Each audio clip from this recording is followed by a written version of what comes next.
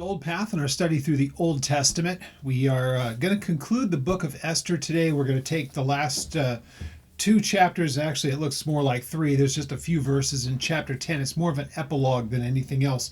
But the meat of what we have is in chapters 8 and 9. Before I get there, I would love to take a moment, getting towards the end of the year. And I don't do this very often because I don't bring up the idea that people support the ministry. But I've received a lot of things written to me, and I just think at the end of the year it'd be really kind of nice to say for two different things.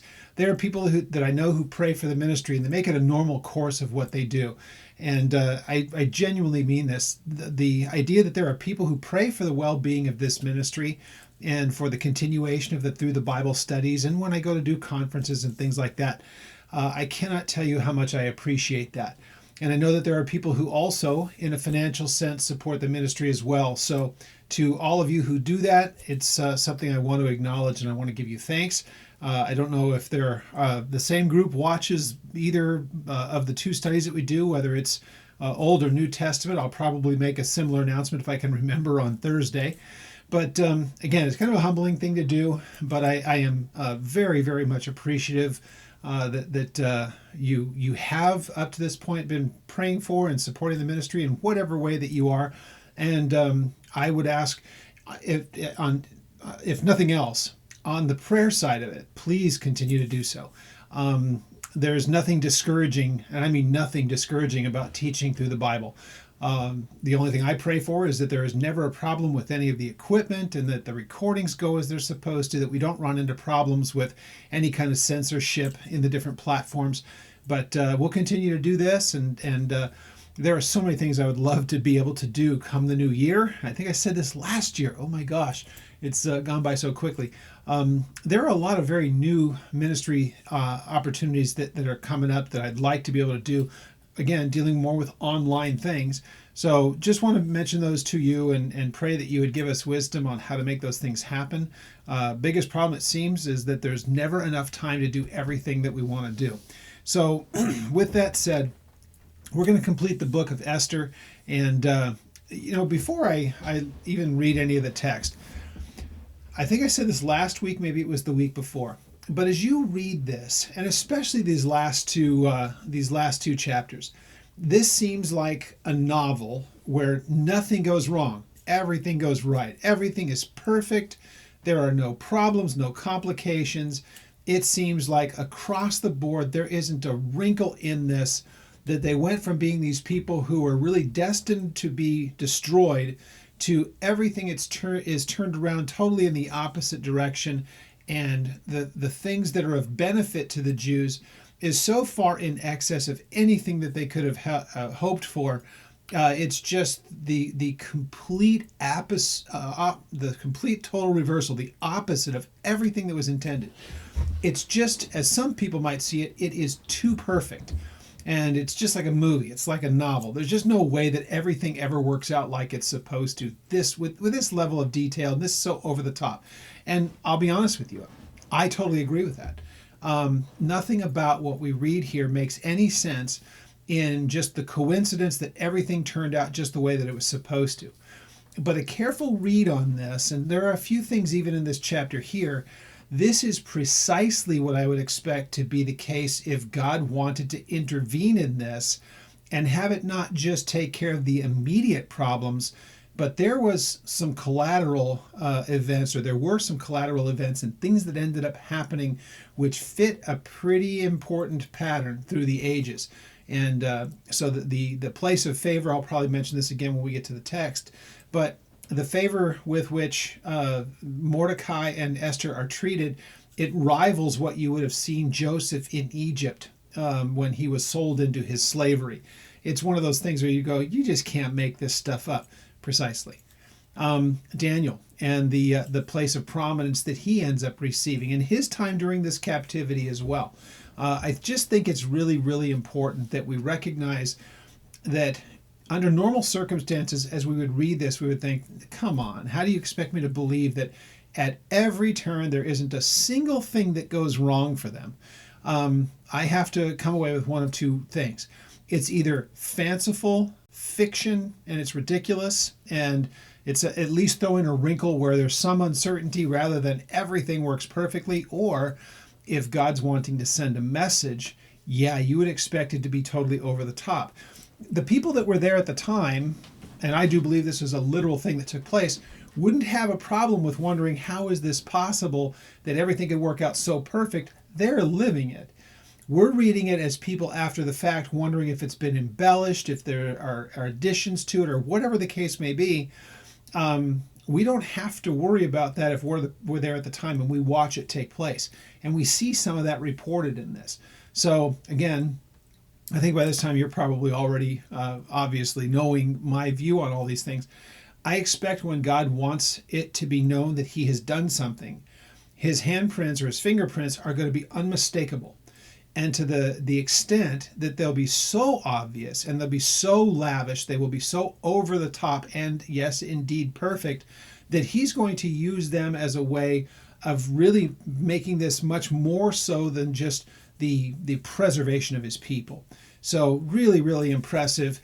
And really quickly, what I'm going to do right now, I want to put up, if I could, the list of the different prophets and the things that were taking place at the time and the kings and who was there at the time, because it's important that we look at the time of Ezekiel and Daniel and just see where it is that they fit during these times relative to Ezra, Esther, and Nehemiah. So I'm going to put that up right now. And you can take a look through this. Again, screenshot it, just capture it any way that you want to, and you're able to make sure that you can write down the information that is provided there for you, the years of the prophets, the years of the kings, and everything that is kind of pertinent to that as you look at this. Okay, so back to our text. Chapter 8, again, is the fallout of this. What we know has happened already at this point. Haman has now, everything that he had tried to do, it is now completely turned and reversed. Haman is now dead. But there is still this issue. What happens with the decree that had gone out about the Jewish people? Because if you remember, this had the force of law. And if we believe what we hear in the historic sense, and we see it said here, it can't be altered. So what do we do with the problem that exists still at this point in the history? What about the people that are really scheduled for extermination at the end of that year? And so the people like Esther and like Mordecai, because of their place of prominence, they may very well be able to escape it all somehow. But what about the rest of the people? And this is something that I'm sure Ahasuerus isn't giving a great deal of thought to. All of the intrigues of Haman and everything that he had done seems to be a pretty big occupation of time and attention. But here Esther realizes we've still got a problem. And that's what is dedicated here in chapters 8 and 9. So as we look at it, just keep that in mind, that's the backdrop of what we're looking at. There is still the issue of addressing the problem left with the Jewish people. Let's have a word of prayer and let's take a look at the text. Father, we thank you as we take this time to study this book, and once again, we realize it is not our history. It's not a history that is common to us. Most of us listening are Gentile, and yet at the same time, you're the God of the Old and the New Testament, and we as the church are grafted into the promises and everything that you had offered. And we're the recipients of those blessings all the way back to Abraham's time, that you would bless those who bless and curse those who curse. And that through that line of Abraham, that the nations would be blessed. We live in that blessing, and we're giving you all thanks and praise for Jesus and what he had accomplished. As we study this book, though, we can see your hands in it, and we pray that it helps us to understand even better who you are and what you have done in times past for your people and for their sake. So we give you all thanks, and we pray that you would be glorified in Jesus' name.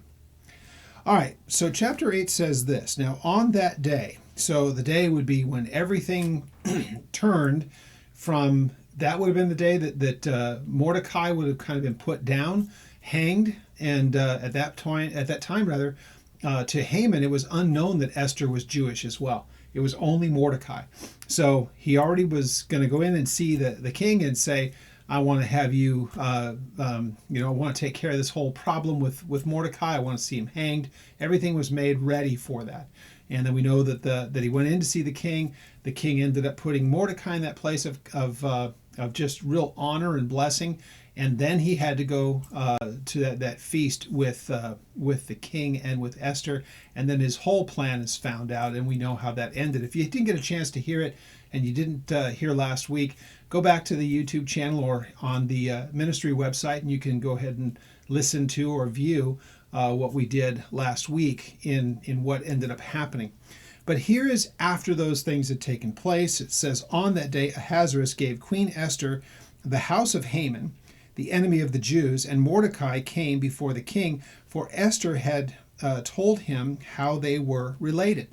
So once again, this Haman, everything that he had intended to do to them ends up being turned back on him. Now there is this, he's a very wealthy man, and Esther is given his house.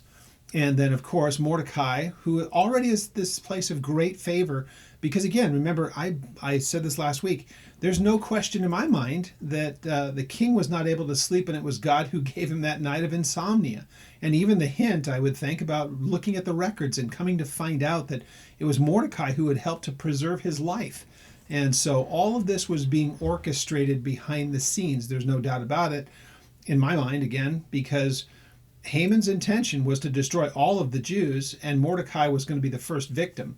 God was not going to have any part of that. And again, Haman, as far as we understand from the history of Israel, all the way back to Joshua's time, and then once again with Saul, as we studied last time, this is a man who shouldn't have been there in the first place. And yet he has this place of incredible prominence in Persia and wants to destroy all of the Jewish people. So we can see this as a repeating thing throughout the history of mankind towards the Jews.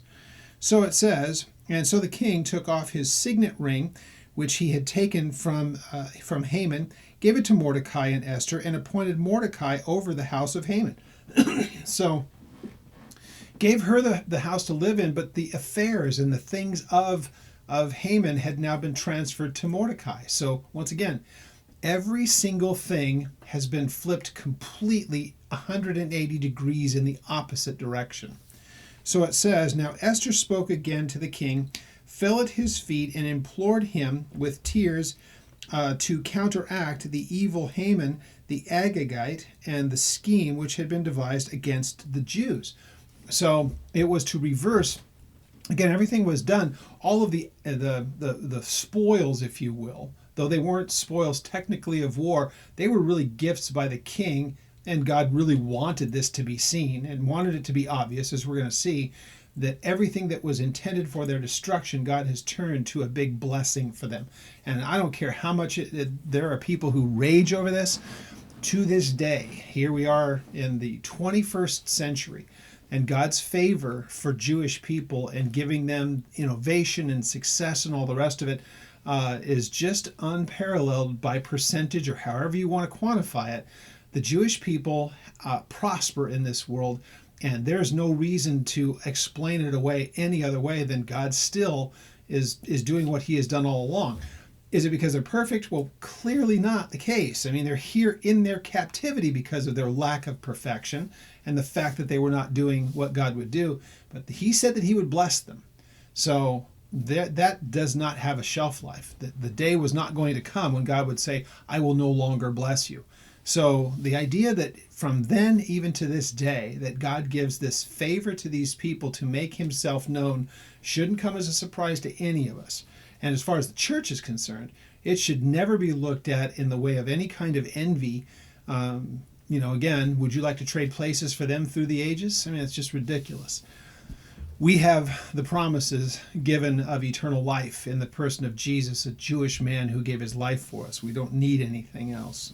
So Esther spoke again to the king, fell down at his feet, and implored him. Verse 4, and so the king held out the golden scepter towards Esther. So Esther arose and stood before the king and said, if it pleases the king, and if I have found favor in his sight, and the thing seems right to the king, and if I am pleasing in his eyes. All of these are qualifiers, and they're formalities, being able to just, rather than barge in and say, hey, I got some requests for you.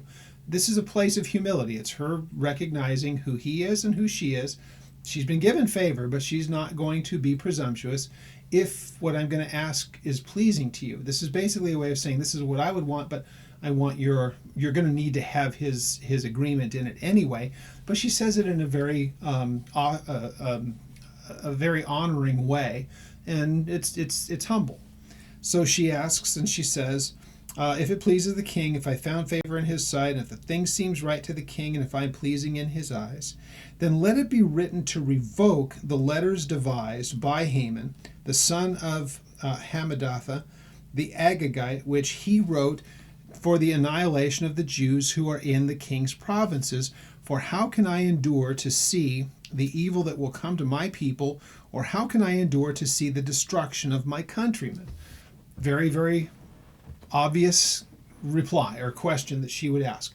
I can't stand by idly when I know what's about to take place shortly hereafter. So I'm asking that you will reverse it. Now this creates a bit of a problem, and we're going to touch on it here in these next few verses.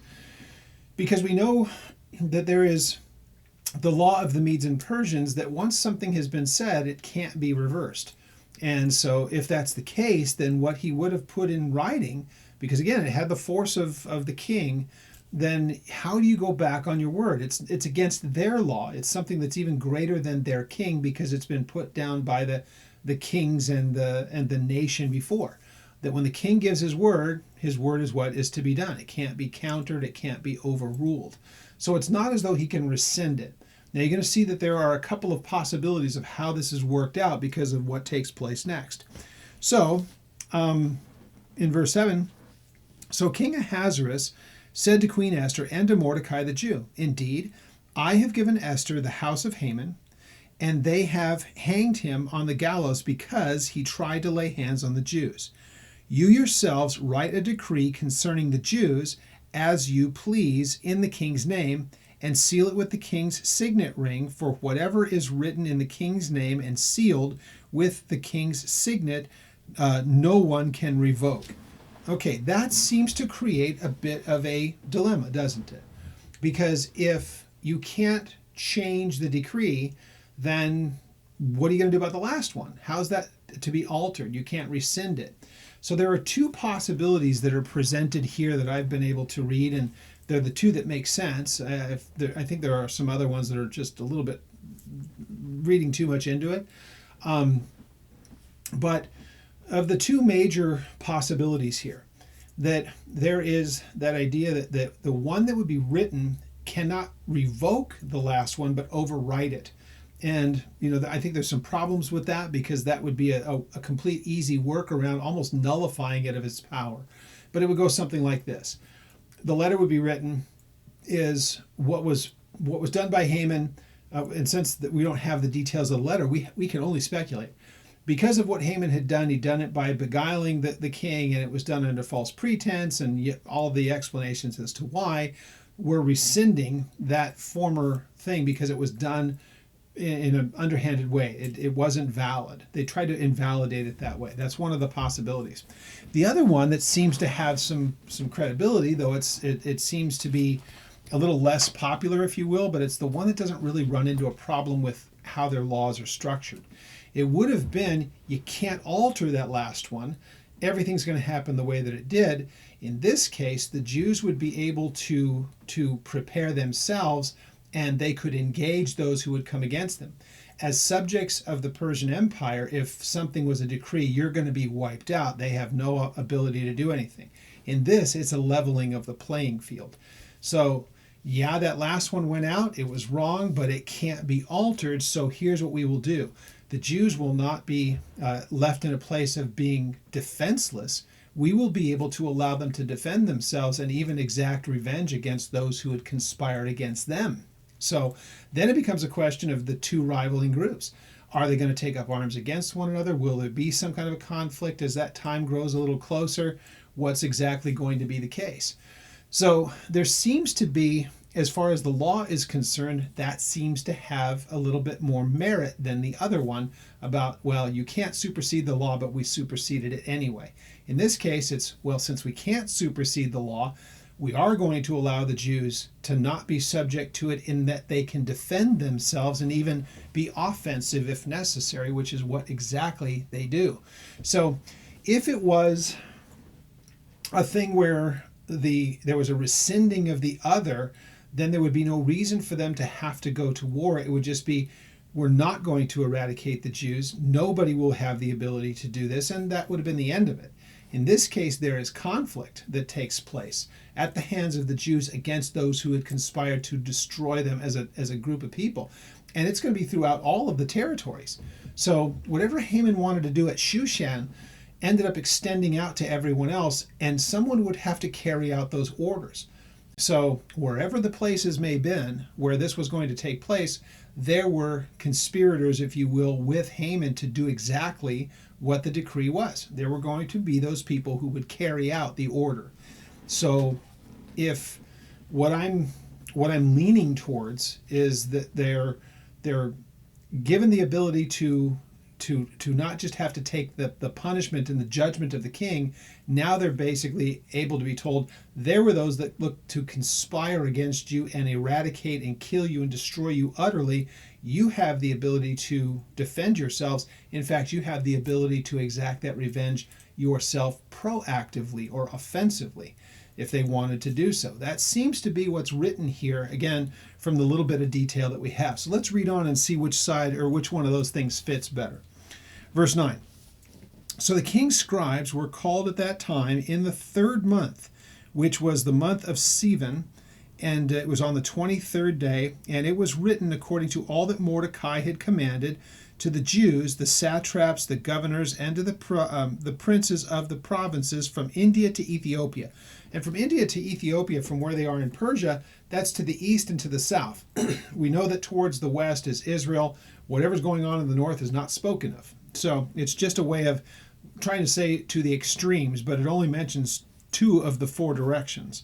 Anyway, people can chew on why that is. Anyhow, all in all, it was 127 provinces in all, and to every province in his own script, or in its own script, to every people in their own language, and to the Jews in their own script and language. So throughout the entirety of the territory. So it mentions Ethiopia and it mentions India, so that's the south and the east, and then to the west when it mentions even to Israel, that within the provinces, and it would have included all the way into the land of Israel. So, and he wrote in the name of King Ahasuerus, sealed it with the king's signet ring, and sent letters by couriers on horseback, riding on royal horses, bred from swift steeds. And by these letters the king permitted the Jews who were in every city to gather together and to protect their lives, to destroy, to kill, to annihilate all the forces of any people or province that would assault them, both little children, women, and to plunder their possessions. That's the increase of it. So it's everything completely reversed. Nothing in what we've read here seems to imply that it neutered what was already in writing. This seems to be a way of saying to the Jews, what's already been put in print is in print. However, this enables you to go and do something about it beforehand.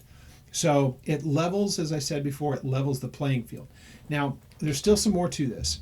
But I would say at this point, if you're the Jewish people seeing what's just already happened, and the kind of, if you will, favor that God has already shown to you, the idea that he would fight the battles on behalf of the people seems to be almost obvious. It's the way it's going to go. Not to mention the fact that those who would have been the conspirators, as with Haman, would have to see that they went from a place of being really in a place of strength to a place of absolute weakness, and they're going to be pretty much wiped out as a result of it. They've lost any ability to do what they wanted to do. So it's going to be an interesting thing. If you're sitting here, if you don't know the end result of it, imagine being here at the time. I would think that you would be quite encouraged to think that God has already fought so much for us and done so much miraculous. it would seem as though there's not really much in the way of any kind of question as to the outcome of this. But here's what we have. This is what we have to go by. They were told that you could do something offensively, and all the way down to the conspirators' entire family, and take plunder from them. So if somebody would look at that and say, yeah, but I don't think they'd actually do it, you have Haman as your example. Well, what happened to Haman? Well, we know what happened to him. Now Esther's living in his house. Mordecai is the one who oversees everything that used to belong to him, and he's dead. So imagine how that would look as you would read this, since this is already, all these things have already transpired.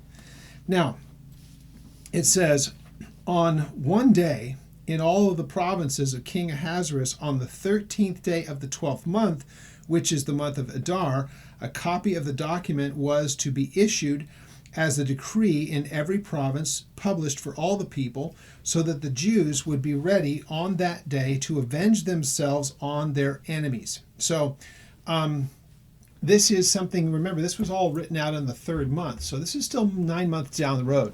They couldn't do anything beforehand. This was going to be taking place at the same time that the other decree was supposed to happen. So it's almost like a group of people had a death sentence against them, but now they're giving arms to defend themselves, and even to go on the offensive, which is precisely what they do. So these couriers, who rode on on royal horses, went out, hastened and pressed on by the king's command, and the decree was issued in Shushan, the citadel. So it started there, and then it went out everywhere else. So as much as the other decree was known, now this one was known as well. So again, I can only imagine the kind of tension that there would be. This is 9 months that this is going to go on. So if it's in the 3rd month, but it's not going to end up happening until the 12th, that's 9 months for all of these things to be worked out. And at the same time, just think about this. You have that hanging out there. Everybody knows that day's coming, but what are they seeing? Well, Esther turns out to be Jewish, and so is Mordecai. Who are they? Well, there's the queen who lives in Haman's house, the one who was going to kill both her and Mordecai. And now Mordecai is the guy who oversees. He's basically taken all that belonged to Haman. She lives in the house. What kind of optics is that? What does that do to the psyche of the people thinking we can't stand the Jews and we want them eradicated? And then seeing what God has actually done in his provision and the miraculous hand that he has shown on behalf of those people. So again, you can look back through the history of the Jewish people, and there are those forces that have arrayed against them that want them destroyed utterly. And there are still those among us today, among the people in the world, that want it to be that way. God has always fought and preserved his people. That will not change. Scripture's too clear on this. Even future to our times, God has great plans for the nation of Israel and for its people. And of course, it's going to come at a great cost to them down the road. But nonetheless, the idea that God would ever have removed his hand of blessing when he made forever promises to that people and in that land, I mean, these are the descendants of Abraham for a reason. They are the sons of Jacob. They are the tribes of Israel. And again, that has not changed. History does not erase those promises that were given by God to his people. This is just one instance throughout all of their history as a great indication of even being in a weakened position. When they cry out, God hears. So this is just fabulous. And I love reading this part of their history. It's just wonderful. So verse 15. So Mordecai went out from the presence of the king in royal apparel, blue and white, with a great crown of gold and a garment of fine linen and purple. And the city of Shushan rejoiced and was glad. And the Jews had light and gladness, joy and honor. Boy, have tides changed. And again, so they're in their captivity. They're there for a reason. But God talks about his plans for them, as we read that in Jeremiah 29 last week. And we don't want to forget that even though this is part of a chastisement for the entirety of the nation, doesn't mean that he's going to allow them to just kind of fade away in that captivity. He's already said how long it's going to be. And now he's showing them favor in ways that are almost unimaginable. And again, they would be unimaginable, or they would be fanciful and almost silly and ridiculous if not for the case that God is clearly sending a message. How do we know? Because we read. In every province, in every city, in verse 17, wherever the king's command went and the decree came, the Jews had joy and gladness, a feast and a holiday, and then many of the people in the land became Jews. Why? Because of the fear of the Jews that had fallen upon them. What that means is that they didn't convert out of fear. It's more, if their God can do something like this, maybe we should pay attention. And it's going to get a lot of attention here in a place like this.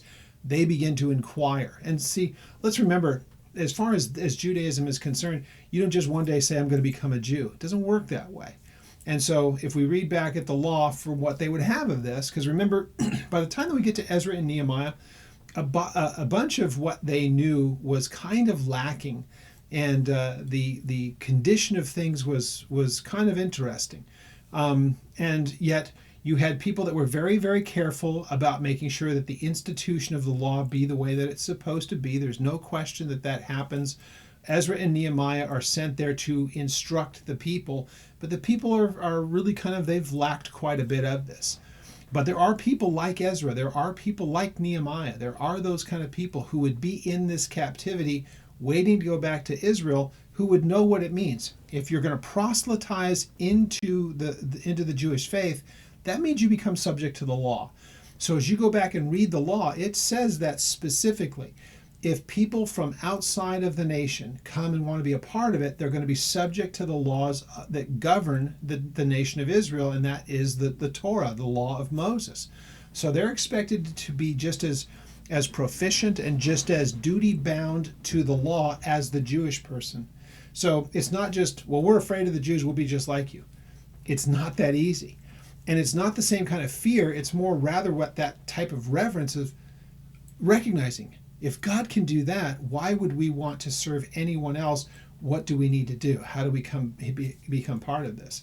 And again, this I believe is much of what drew attention to Jesus, and it certainly drew a great deal of attention in the early church, as we see through the book of Acts and the things that Paul did in the various places of his ministry as well. So among the Gentiles, this miraculous hand of God showing that he has governing power over all of creation will get the attention of people as they look. And that should serve as a thing for us within the church. It's not that we're asked to do all kinds of miraculous things. That's not what the scripture tells us. But it is supposed to be that the church is supposed to make the name of Jesus and the God of scripture just kind of renown among the nations, and that they would be drawn to him, that kind of evangelism that takes place. It was happening right here under people who were in a place of their own chastisement, but it was so obvious to the people around them that there's something different about them. We also remember from last week, it's already known. It was Haman's wife and his counselor said, wait a minute, if Mordecai's a Jewish guy, there's nothing you're going to do against him. So yeah, you wish that, it's like I said, I think last week, Haman would have said, it would have been great if you guys had just led with that.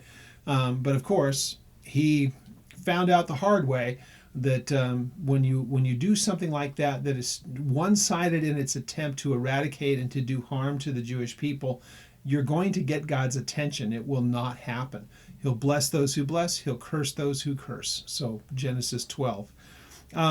Chapter 9 is a continuation of this. So in the 12th month, we fast forward that 9 months.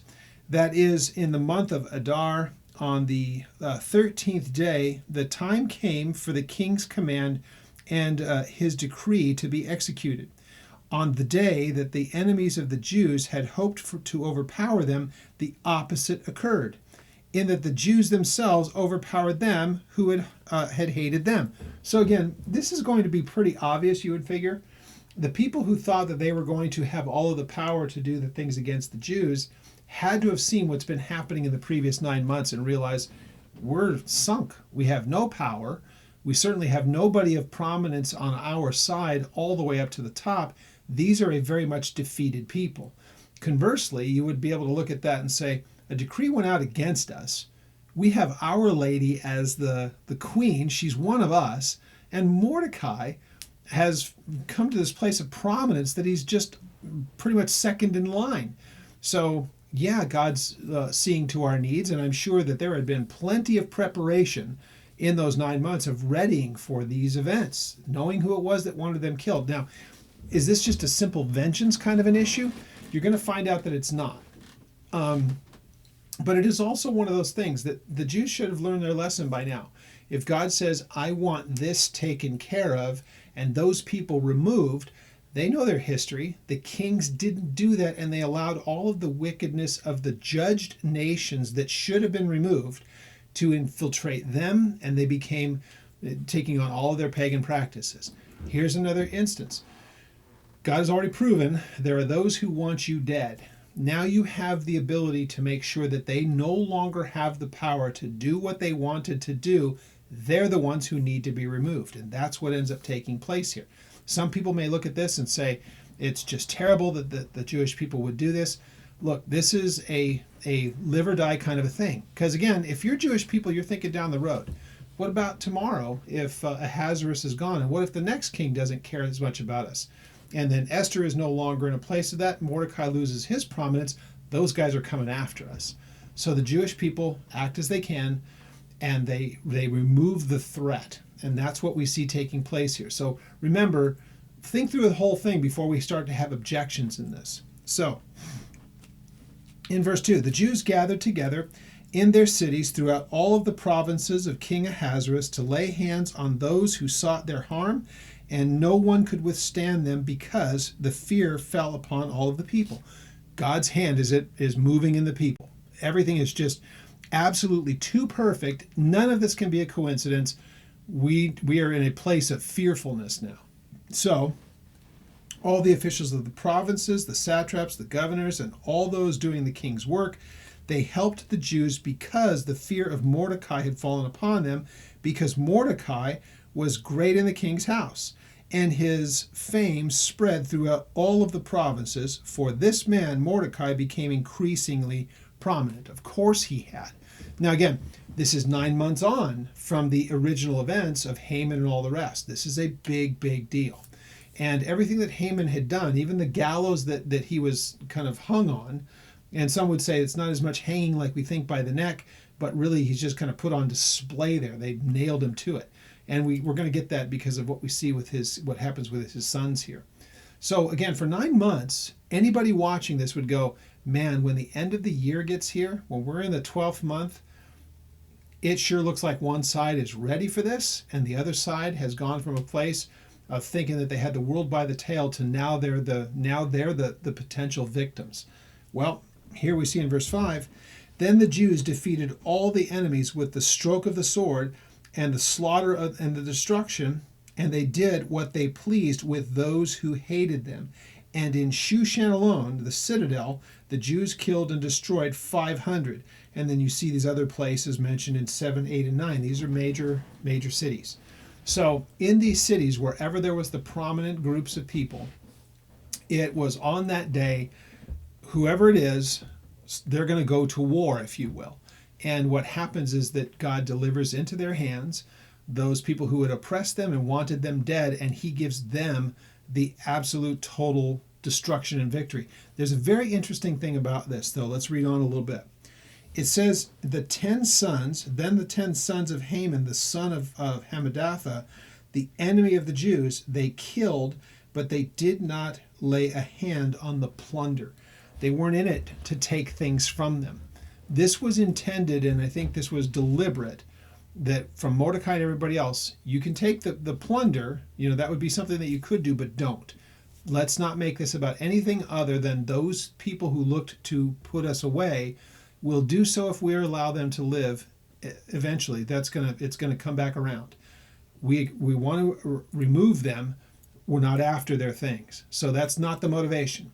The motivation wouldn't be seen unless people don't care about it and don't take the time to look at it. It wouldn't be about revenge, and it wouldn't be about plunder. It's really about preservation, self-preservation of the people. If there were those stirred up to destroy us already, to think that if we leave them alone, as I've already mentioned, the day's going to come when Ahasuerus isn't there anymore, and no longer is there going to be Esther. What do we have for precedence in that? Egypt. Wasn't there a time when Joseph was prominent and there was one Pharaoh? How did they end up getting into a place of slavery?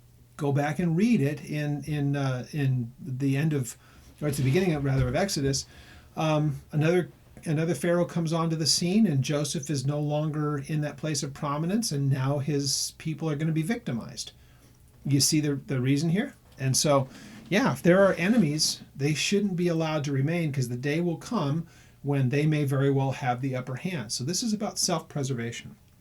So, on the verse 11, on that day, the number of those who were killed in Shushan, the citadel, was brought to the king. And so the king said to Queen Esther, the Jews have killed and destroyed 500 men of Shushan, the citadel, and the 10 sons of Haman. What have they done in the rest of the king's provinces? Now, what is your petition? Now, we don't get an answer to that. How did it work out in the other places? We don't have that right here in front of us, not yet. Now, what is your petition? And it shall be granted to you. Or what is your further request? And it shall be done. So Esther said, if it pleases the king, let it be granted to the Jews who are in Shushan to do again tomorrow according to the king's decree, and let Haman's 10 sons be hanged on the gallows. And so the king commanded this to be done, and the decree was issued in Shushan, and they hanged Haman's 10 sons. You might read that and think, well, wait a minute, they're already dead. Yeah, they are. This is meaning put them on display. So as Haman was put on display, hey, wait a minute, that was the gallows that was intended to hold Mordecai, and Mordecai was the guy being put to death. Now in this case, you've not only put Mordecai to death, now you're going to put his 10 sons on display. That's quite the visual. But notice that whatever they wanted to do on that day, finding the people and executing the whatever was going to be done to them, or however it was done to them, one day was not sufficient, and another day needed to be obtained, and that's her request. Two things: we want it to be visible. Put Haman's sons up there as well. Let that be a deterrent going forward. But more importantly, we haven't finished the task. We need another day. That's pretty bold. So this is what happens. Of course, that's what they did. The king made good on it. And the Jews who were in Shushan gathered together again on the 14th day of the month of Adar. They killed 300 men in Shushan, but they did not lay a hand on the plunder. Again, making it a case, it's not about the goods. It's not about taking anything from the people other than their ability to do in like manner to us, like they wanted to do the last time. So, the remainder of the Jews in the king's provinces gathered together, and they protected their lives, had rest from their enemies, and they killed 75,000 of their enemies, but they did not lay hands on the plunder. So everywhere else, that was the level of the conspiracy. There were 75,000 people throughout the province that would have been the ones who had tried to take out the Jewish people. And so trying to wipe out and eradicate an entire nation. And so, in fact, it turns out the other way. And there were 75,000 people that we would look at and just call co-conspirators with Haman. So pretty massive thing that was done. So this was on the 13th day, verse 17, of Adar. And on the 14th of the month, they rested, and they made it a day of fasting and of gladness. But the Jews who were in Shushan assembled together on the 13th day, as well as on the 14th, and on the 15th of that month they rested, and they made it a day of fasting and gladness. So this became something that was going to be celebrated, as we're going to see. They celebrated for those 3 days in Shushan, and in the other places it was one day of the celebration, and then the other day of fasting, and all of the other things that they were feasting, rather, and the other things that they were doing. So this was really the institution, if you will, of Purim we're going to read here. And I've already mentioned what takes place modern day. And so you can look on your calendar at any particular year, and you'll find out when Purim is on any particular year. We've actually been in Israel on the time of Purim, and we were up in Galilee at the time. And if you've ever been to Israel, up in Galilee, there's really only one place that has a lot going on, and it's Tiberias. It's on the west coast, about the middle part of the Sea of Galilee, and pretty much everything else, it's just, it's agriculture, little small places where people live along the coast, but there are no real big cities. Tiberias is your only real city in the area. So what's really what's pretty amazing about this when you get there, when we were there rather, is we could hear, we were up the coast a bit, we were north of Tiberias, but we could hear all of the festivities taking place from our hotel up the coast from them because Purim was being celebrated. And so it went on for a couple of days. So it's, to this day, this is still celebrated, as I kind of mentioned a little bit about it. But this was the institution of it. This was when they were expected to do it. This has been something observed by Jews for 2,500 years, and rightly so. So it says now in verse 19, therefore, the Jews of the villages who dwelt in the unwalled towns celebrated on the 14th day of the month of Adar with gladness and feasting, and as a holiday, and for sending presents to one another. So there was seemingly in the outlying areas not quite as big of an observance as there was in the big cities, and probably because there's more of an ability to do it, and the idea that it's not kind of a central location. These are the people that live out there, and they're not, living in and amongst one another like the cities would be. So, verse 20, Mordecai wrote these things and sent letters to all of the Jews near and far who were in the province of King Ahasuerus. And here's the reason for it: to establish among them that they should celebrate yearly the 14th and 15th days of the months of Adar, as the days on which the Jews had rest from their enemies, as the month which was turned from sorrow to joy, and from mourning to holiday, and they should make them days of feasting and joy, of sending presents to one another and gifts to the poor. So this became, really, if you think about it, what else would they be doing at the time? You wouldn't look at this as some big military exploit. So at the end of the day, you're basically having to say, this was when we were in captivity. It wasn't that we were mighty. We were in a place of subjugation under a foreign government in a foreign land.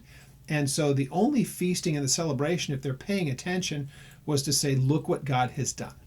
And that would be, of course, the observance should be that. See, I don't celebrate Purim because it's not my history. I'm not a Jewish man. But I can know enough to say, when I can listen to people who are Jewish in descent, and they're celebrating Purim, I'm able to look at that and say, it's not a military victory. It's a victory of God on behalf of his people, and I can rejoice in it a lot. It was so cool to listen to at that time that we were there in Israel over Purim, and just thinking, look what God did, how miraculous this is. And I'm also reminded that it's not the God of the Jews. It's not the God of the Old Testament. He is God. And this is what he did with his people in the Old Testament, but he's the same one who sent his son. And his son, a Jewish man, died in the place of me for my sin and my shame and my guilt. Wonderful. Verse 23. So the Jews accepted the custom which had begun, as Mordecai had written to them, because Haman, the son of Hammedatha, the Agagite, the enemy of the Jews, had plotted against the Jews to annihilate them, and he had cast Pur, that is Lot, to consume and to destroy them. But when Esther came before the king and commanded by letter that this wicked plot with Haman had devised against the Jews, that should be returned on his own head, and that his sons should be hanged on the gallows. This is actually being written kind of as from the writer's perspective, commentary. All of this was being celebrated because of what God had done and how he had used Mordecai and Esther, and it's looking at the events as they transpired in a very condensed way. So they called these days Purim, after the name Pur, the lots. And so remember, it was, when are we going to do this? All the way back to when they had first hatched the plan with Haman. When are we going to kill him? I don't know, let's cast lots. It's the throwing out to determine from their deities, their gods, when would be the appropriate time to do this, so they cast lots. Well, in this case, those lots that were cast, that gave them the direction, that they're looking back on it in a way of just expressing the irony of it.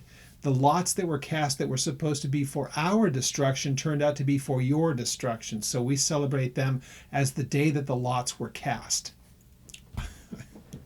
Again, this is why there are those times when teaching the Bible is just a straight up joy. And this is one of those times. Because again, The irony of this, again, it's not that God's watching this and wondering, I'm wondering how this is going to happen as it's all going on. He knows exactly how it's going to roll out, and he's had his hands in the whole thing. He's preserving his people. So the idea that they would look back at this and say, yeah, it's kind of hard to miss the irony. Why don't we name the holiday Purim? Because that was when they thought they were going to wipe us out, and it's when it turned out on them instead. So they called those days Purim.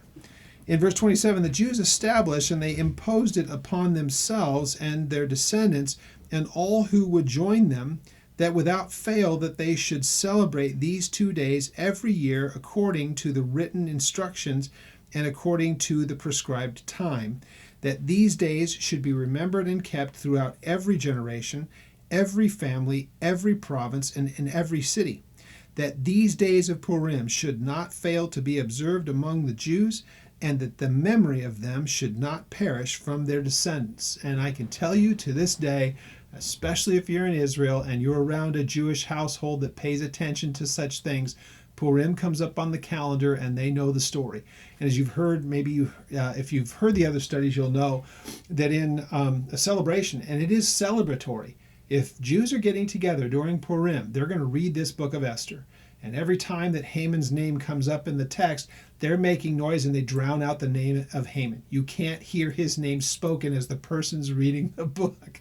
So again, the remembrance of this is wonderful. My hope is that when people remember it, it's more than just a celebration of a holiday, but they understand what happened behind it and seeing that God delivered his people, not just a little bit, but incredibly miraculous ways. We're close to Christmas, and there are a lot of Christians who do not celebrate it. It's not a topic to deal with, but the question of where the origins and when was Jesus actually born, and is it or is it not a pagan observance, all of that stuff. You know, I can tell you this, that the announcement of Jesus' birth was something that was very much public and people worshipped. So the idea that we would remember that he was born into this world is a very significant thing. I don't care when you do it. Of course, I'm of the opinion that he was born probably somewhere in the fall. I believe that's pretty obvious for a number of reasons, but for another time. What I think is more important is for me to realize when I read Isaiah, like chapter 6, and it talks about that to unto us a child is born, and unto us a son is given, and the government will be upon his shoulders. When I know that that's a specific prophecy about Jesus, I have to remember that a child has been born, but he was a son given to mankind. And yeah, that means that there will be a reckoning for what people did about that son. When the Father says, I sent my son to die for your sin, and he did, he's accomplished everything that he was supposed to. Do you accept or reject what he did on your behalf? Man will be held accountable for that. And it began with Jesus born in a place called Bethlehem, a little tiny town outside of Jerusalem. And it changed the course of eternity for mankind. That's a significant thing. And so it needs to be acknowledged. If people don't want in on the whole December 25th, I have no problems with saying we should be reckoning that constantly. So, verse 29, then Queen Esther and the daughter of Abihail, with Mordecai the Jew, wrote with full authority to confirm the second letter about Purim. Now, this is the second thing that's been sent out by them. The first one, of course, being that they were to take up defense and even offensive posture when the time came. Now, the second one, they make it a decree to the Jewish people, do this annually. So Mordecai sent letters to all of the Jews, to 127 of the provinces of the kingdom of Ahasuerus, that's all of them, with words of peace and of truth, to confirm these days of Purim at their opportune time, as Mordecai the Jew and Queen Esther had prescribed to them, and as they had decreed for themselves and for their descendants concerning matters of fasting and of lamenting, which is interesting. Lamenting is a reminder, looking back, and it is a solemn, kind of even a somber kind of a thing. Lamentations is a remembering of things, and even in some cases sorrow. Look at what could have happened. So it says, so the decree of Esther confirmed these matters of Purim, and it was written in the book. Now, chapter 10 is more of an epilogue, and it's only 3 verses. It's really just going on with a little bit further of the exploits and the things that ended up taking place. Remember, as we look back at this in history, The history of the world will record that Ahasuerus or Xerxes had his campaign against the Greeks, and it was a very difficult campaign. History records all of this, and that is one of the speculations as to why these last three verses of chapter 10 are more epilogue, and just that Ahasuerus needed a person or had a person like Mordecai who was there to help with the righting the ship of the nation after war. In verse 10 it says, "So King Ahasuerus imposed tribute on the land and all of the islands of the sea, and now all the acts and the power of his might and the account of the greatness of Mordecai to which the king advanced him, are they not written in the book of the chronicles of the kings of Media and Persia?" Of course, the answer, it's rhetorical. Yeah, of course that's where it was written. But here's an interesting thing. We don't have that record anymore. It's no longer there. But guess what has been preserved? God's Word. So I love that idea. We don't have to know a lot about Ahasuerus. He did this. He imposed these things and all of his greatness and all the rest of that. History records some of it. But this whole book is not about Ahasuerus' greatness, or Xerxes, if we want to call him that. It's about the greatness of God on behalf of his people, and these unlikely characters of Esther and Mordecai, who God raises up at the time, gives insight to, gives a place of prominence and an insider's position, and he uses them to change the course of events that would be, that would have been catastrophic for the people.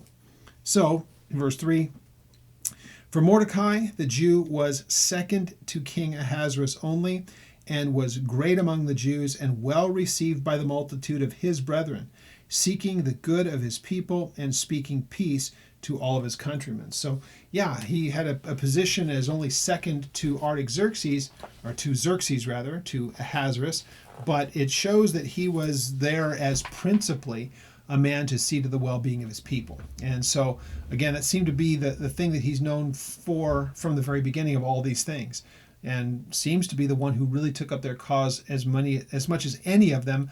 And it was Esther that had the place of access to the king, but really prodded along by the person Mordecai. So fascinating people. God used them in such creative and incredible ways, and it's just our privilege, it's our honor to be able to look back and read it, this account, and rejoice for the Jewish people, and at the same time rejoice that we are loved by a God who sees to the needs of his people, whether Old or New Testament, and the fact that he would always see to their well-being and always make a way should be something that we never forget. So we'll pick up at the book of Job starting next week. We're just going to continue our way through the Old Testament, and I pray that this has been a blessing to you. And if you have any questions about any of the studies that we do, any of the details, please contact me through the ministry website, which is oldpath.net, and oldpaththeology.net, and you'll see it at the end of this video.